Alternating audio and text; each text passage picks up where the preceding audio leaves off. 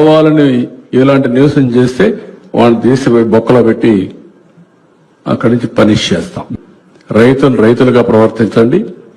మొన్నే 7,000 రూపాయలు మీ అకౌంట్లో వేసాం.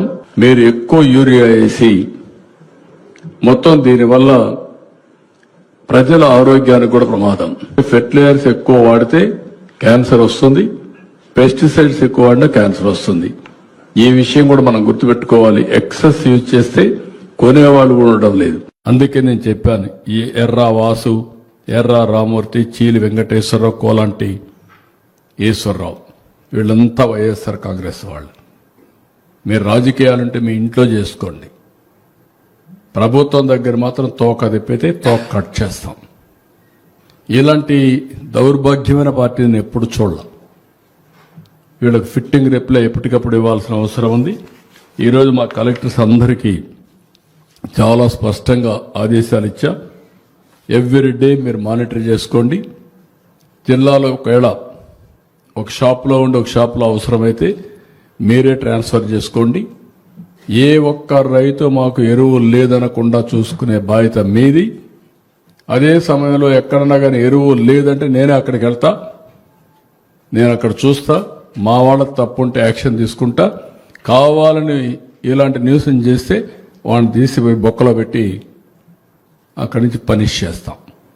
తమాషా అనుకోవద్దండి. రేపటి నుంచి ఎక్కడ జరిగినా సరే రాష్ట్రం మొత్తం రైతాంగానికి అందరికీ విజ్ఞప్తి చేస్తున్నా, మీరు రాజకీయాల్లో మీరు భాగస్వాములు కావద్దండి. రైతులుగా ప్రవర్తించండి. మొన్నే 7,000 రూపాయలు మీ అకౌంట్లో వేసాం. అన్నదాత సుఖీభవ. అదే మరి ఈరోజు రాష్ట్రంలో పుష్కలంగా నీరంతా ఇచ్చాం. 95% రిజర్వాయర్ల నీళ్లు నింపాం. పోయిన సంవత్సరం నీటి కొరత లేకుండా చేశాం. ఈ సంవత్సరం కూడా మళ్లీ అన్ని రిజర్వాయర్ల నీళ్లు నింపి భవిష్యత్తులో కూడా వాటర్ సెక్యూరిటీ కోసం పనిచేస్తున్నాం.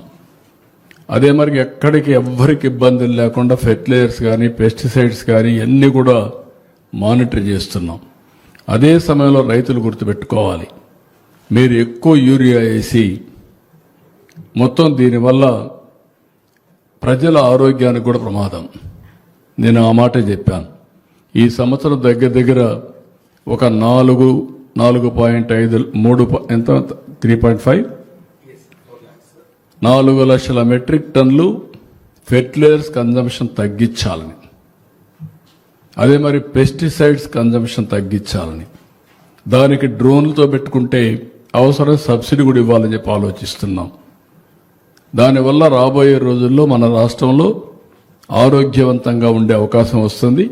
లేకపోతే ఫెర్టిలైజర్స్ ఎక్కువ వాడితే క్యాన్సర్ వస్తుంది, పెస్టిసైడ్స్ ఎక్కువ వాడినా క్యాన్సర్ వస్తుంది.